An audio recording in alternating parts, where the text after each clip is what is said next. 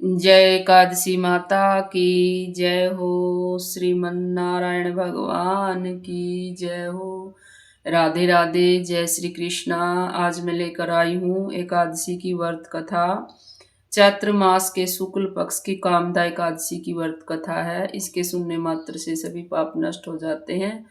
तो आइए हम कथा शुरू करते हैं।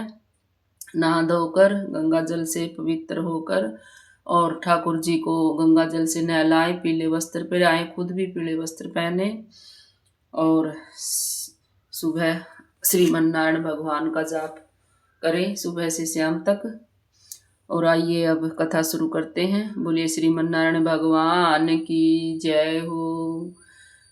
गुरुदेव भगवान की जय, संत महात्माओं की जय, अपने अपने माता पिता की जय हो। ओम श्री गणेशाय नमः। आइए भी कथा सुनिए मन लगाकर, ध्यान लगाकर। कथा प्राचीन काल की बात है। एक नगर था, भोगीपुर। इस नगर में पुंडरीक नामक राजा राज्य करता था। पुंडरीक के शासन काल में यह राज्य सभी प्रकार के ऐश्वर्य वैभव से संपन्न था। इस नगरी में अनेक अप्सराएं, किन्नर और गंधर्व रहते थे। ललिता और ललित नामक के गंधर्व दंपति भी उनमें से एक थे। इन दोनों पति पत्नी में आपस में इतना गहरा प्रेम था कि दोनों क्षण भर के लिए अलग होते तो व्याकुल हो उठते थे।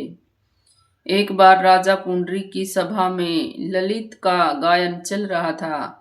जब ललित सुर लगा रहा था तभी अचानक उसने अपनी प्रियतमा ललिता का स्मरण हुआ, जिससे वो व्याकुल हो उठा। उसने गायन के दौरान लय में त्रुटि हो गई, सुर भूल गया। तभी कर्कट नामक के नाग ने ललित की मनोदशा भांप ली और राजा पुंडरीक को गायन में त्रुटि होने का कारण बताया। यह सुनकर राजा कुपित हो उठा और बोला, अरे मूर्ख, तू मेरे सम्मुख होकर अपनी स्त्री का ध्यान कर रहा है। जा अपने इस कर्म का फल भोग, तब तुझे राक्षस योनि में जाने का श्राप देता हूँ। राजा के श्राप के परिणाम स्वरूप ललित उसी क्षण महाकाय राक्षस बन गया। उसकी नाक किसी पर्वत की कंदरा के समान विशाल हो गई, मुख से अग्नि निकलने लगी एवं गर्दन पर्वत समान लगने लगी। राक्षस योनि प्राप्त करने के पश्चात ललिता का शरीर 8 योजन का हो गया। जब ललित की पत्नी ललिता के इस बारे में ज्ञात हुआ तो दुखी होकर विकल हो उठी और अपने पति के बीच उद्धार के विचार करने लगी कि मेरे पति का उद्धार कैसे करवाऊं। एक दूसरे के बहुत प्रेमी थे। राक्षसी योनि मिलने के बाद ललित घने जंगल में बीच भटकता रहता था एवं ललिता उसके पीछे पीछे व्याकुल हो चलती रहती थी। ऐसा करते करते एक बार ललिता श्रृंगी ऋषि के आश्रम में पहुंची।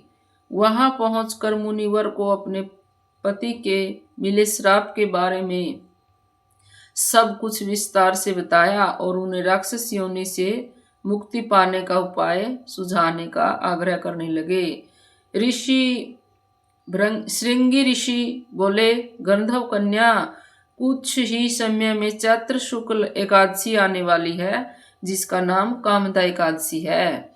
इस पावन एकादशी का व्रत करने से सभी मनुष्य की मनोकामना पूर्ण होती है।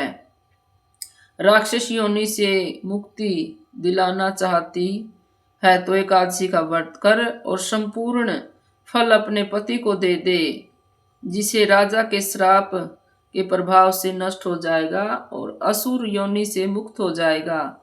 मुनि के इस ललिता ने चैत्र शुक्ल एकादशी आने पर संकल्प लिया और वन से में ही नियमों का पालन किया और एकादशी का व्रत रखा और द्वादशी को ब्राह्मण के सम्मुख अपने व्रत का फल अपने पति को दे दिया कि मैंने जो भी व्रत किया है मैं अपने पति को देती हूँ।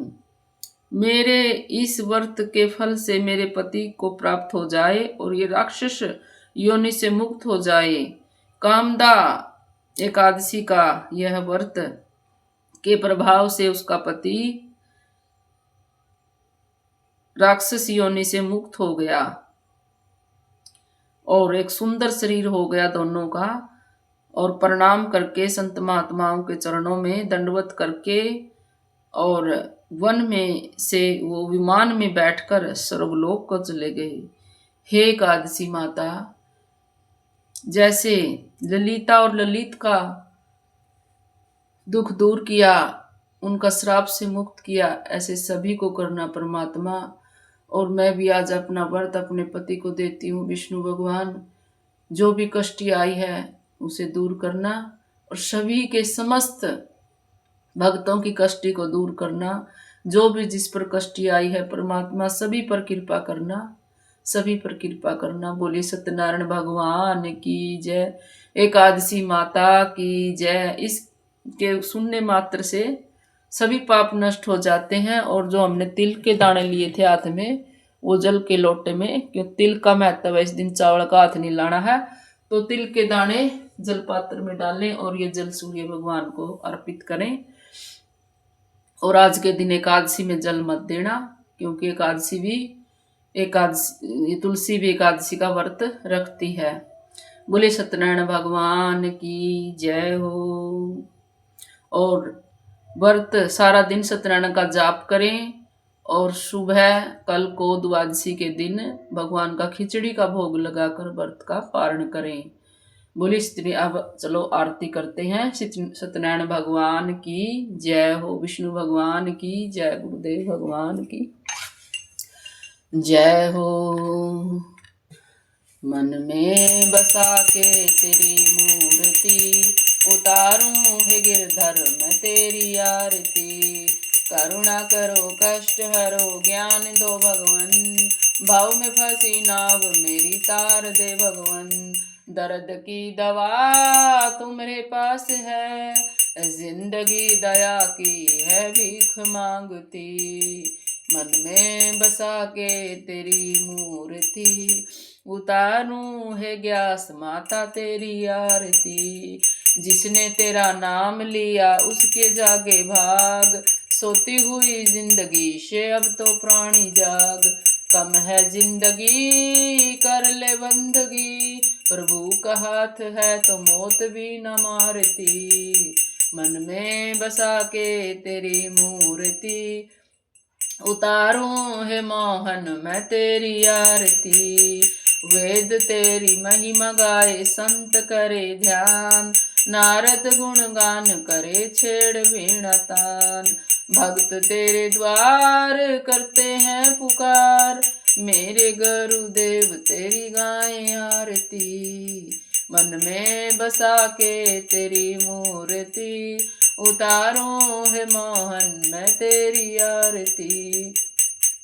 कर्पूर गौरम करुणावतारम संसार सारम भुजगेन्द्रहारम सदा वसंतम हृदयारविंदे भवम भवानी सहितम नमामि। बोलिए श्रीमन्नारायण भगवान की जय, ग्यास माता की जय हो। बोलिए दादा घेड़े की जय हो। देवी देवताओं की 38 कोटि देवी देवताओं की जय हो।